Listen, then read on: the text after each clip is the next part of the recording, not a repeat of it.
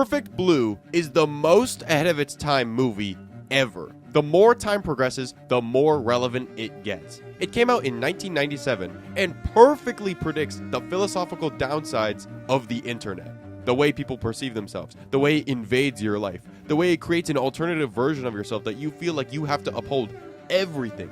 It's so good that I don't even think Satoshi Kon, its director, knew it would be this accurate. Like, if he came out in an interview and was like, yeah, of course I knew that social media would become a thing, and people would be obsessed and absorbed by it, and parasocial relationships would become a thing, and people would stalk people with it, and people would feel, no, you didn't. You just got lucky. You made a lucky guess.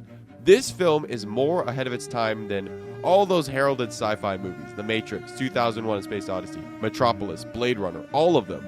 All those sci-fi movies I just mentioned are trying to predict technologies, machines. They're trying to describe what the world could be like and what that means for humanity. They're trying to make their best guess at how the world will change. And ironically, this makes them dated to an extent. They're more like time capsules for what people thought the future would be like. And that's charming to an extent. Perfect Blue doesn't try to predict the future, it just does. And they just get it so right. It's one of my favorite animes of all time because of this. And let me tell you everything it got right. What does it mean for a movie to be ahead of its time? Do you think about visuals, special effects, cinematic techniques that don't feel right with the film's era, like Dorothy opening the door to Oz in 1939? Or perhaps dinosaurs being brought to life through CGI and animatronics in Jurassic Park? Maybe it's more conceptual, like storytelling techniques or character archetypes ahead of their time. Through history, you slowly start to see more roles for women or people of color in major Hollywood roles, and directing concepts expand with technology.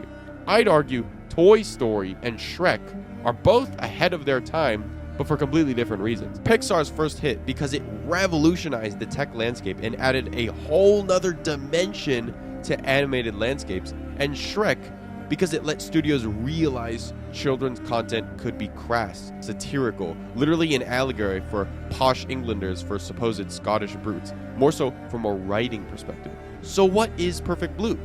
It's very feminist. Satoshi Kon and Hayao Miyazaki were pretty good at using female perspectives on stories despite being male directors themselves. And it uses a cinematic pace that is really fast and, in retrospect, really modern because of how unrelenting the story's rhythm is. This is a fast movie, and it all ties into its commentary on modern society, on our obsession with media figures, capturing audiences, monetizing ourselves, everything that social media creators are obsessed with today. The story concept is quite simple. Mima is a pop idol who is part of a group called Cham, but is breaking up so she can become an actor. Her acting career slowly involves darker and more intrusive themes as audiences desire to see her naked and objectified. All the while, she's being stalked constantly by a nameless fan who follows her everywhere and tracks her movements online. She sees him everywhere, around every corner. The online version of Mima grows its own body and voice as it slowly takes over her consciousness. By the end of the film, we can't tell what's a dream and what's real. Who's the real Mima and who's the mental impersonation? The internet's version, the stalker's perspective of Mima. I mentioned pace, not just because, TikTok brain, things are fast-paced nowadays, scrolling, everything is short content and quick, but more so with modern life in general. Everything in current urban society is based on speed, efficiency. How can we do more in less time? How can we cut out the fat of life and put more on our Google calendars? The increasing pace of the film reflects this. In the first third of the runtime, Mima doesn't even know how to work a computer, thus the pace is more methodical. By the end of the movie, it's all she can think about. Now, the plot of the film is about stalking, idols, celebrities, parasocial relationships, the psychotic, even violent attempts people will make to reach through the TVs and magazines to touch these cute girls. And so much of it is because of the male gaze. The men in this movie look disgusting. Their faces are drawn like pigs. Satoshi Kon's art style is so ugly and crass and gruesome. This all conveys the feeling of not being safe in one's own home. One shot that really highlights this in the beginning is when Mima opens her apartment door, and it immediately cuts to a previous moment in time when paparazzi invaded her apartment space and shouted at her, then being followed by her actually stepping into her room in the present moment. It gives this feeling that people know where to look to find her, and by having the shot take right as she was opening the door, it's metaphorically like saying they're inside her room at all times. And the number one instigator of this is the antagonist, the stalker. And the way Mima finds out about the stalker is through the internet. He records every step of her day to the finest detail. And as Mima realizes the danger she's in, she looks out her window as the camera zooms out and shows the outside world. This is incredibly ahead of its time. Think about it. How many of these companies know your information? How many of them sell your location, your birthday, the things that you like to random people on the internet? How hard is it for a hacker to find out where you live, everything about you? This might have been seen as some sort of a far-fetched exaggeration at the time. Like this stalker is somehow able to find out which foot Mima steps on the train, or which fit she steps off of, how she likes her bath, what type of milk she likes to drink. This may have been seen as some sort of exaggeration. It's all incredibly realistic nowadays with the birth of social media, now that every single person on the street has a camera in their pocket. These cases of K-pop fans finding out where their singers live based on random pictures of their home is exactly what comes to mind. And sure, stalking was also a thing in the 90s. Then, that's why this movie was made. But it was never quite like this. Data was not so easy to find, and the internet still had an element of innocence to it.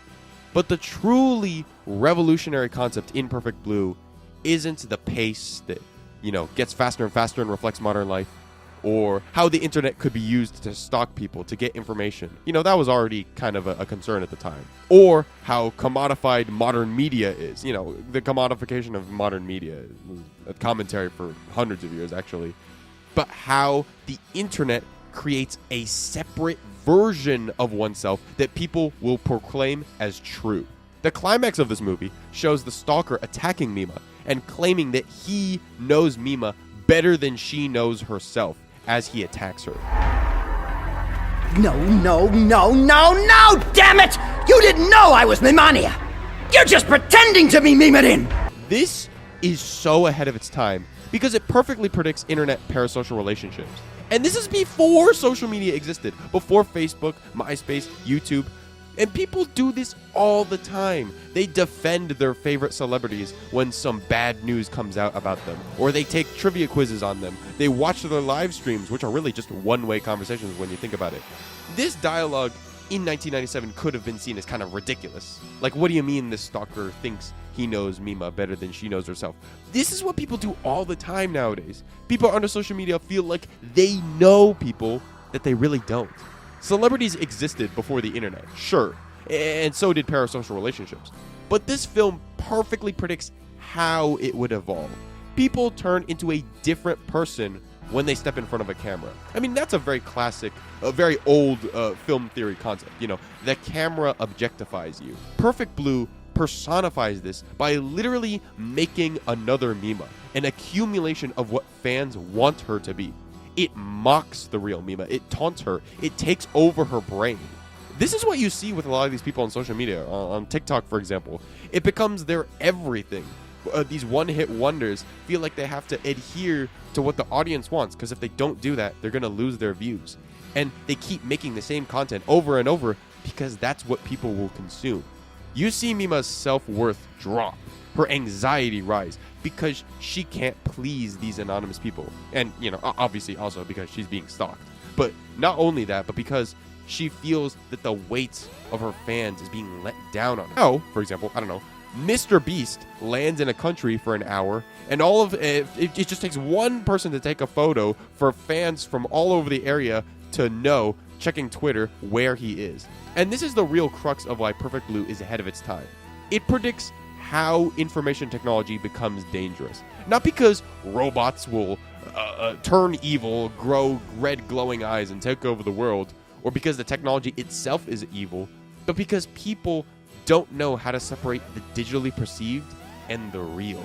It understands the hubris and greed of modern society. People always want more, and women suffer under it, while sex abusers and creeps benefit from it.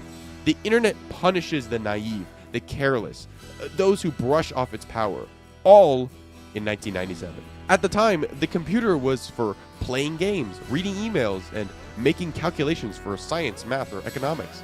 The ways in which digital technologies were portrayed as dangerous were cartoonish, like robots gaining intelligence and taking over the world. But the real driver of the dangers of the digital world are people, not androids. And that is more ahead of its time than any sci-fi movie I could think of. So yeah, I love this movie. You should absolutely see it if you haven't. It's worth your time. Well, that's all I got for today. Thank you so much for watching. Like and subscribe, and bye!